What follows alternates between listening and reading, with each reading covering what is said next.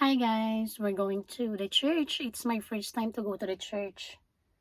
Yes, of course with our baby. And guys, nandito na nga kami. Naghahanap na kami ng parking area. Nung nakita ko to, sabi ko, ang laki naman ng simbahan na to kasi ang daming sasakyan na nakapark. It's really big. Oh, ang pangalan pala ng church na to ay Hope Church. Guys, dito sa Memphis, Tennessee.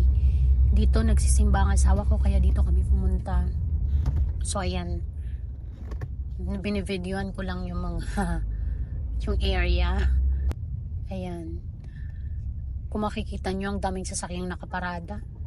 So ayan guys, naglalakad na nga kami papasok. At eto na, amazing.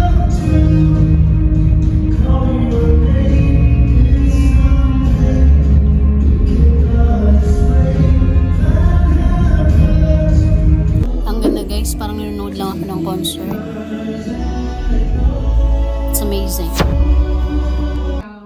And you're watching because you think you can't come to church and there's nobody to watch your child, I'm here to tell you, contact me, Donna, at the church, and I will get you hooked up because you need to be with like believers. So please take that in consideration.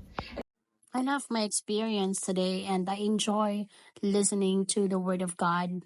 I definitely would want to go back to this church every Sunday, I hope.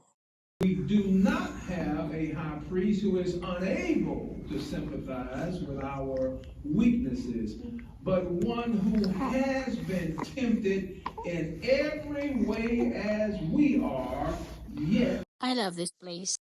Dito kami guys nakaupo sa ibang room, merong nakaharang na glass kasi may kasama kaming baby para pag umiyak si baby ay hindi makakadistract sa service. Ang ganda no? Paglabas mo guys ng auditorium, makikita mo yung kainan at iba-ibang upuan dito para kung kumakain ka kasi may restaurant din dito, pwede. Guys, ang ganda ng simbahan na to. Ang sarap makinig ng Word of God. So nagustuhan ko talaga. I think lagi akong pupunta dito. And guys, tapos na yung survey. So uwi na kami. I love the Hope Church.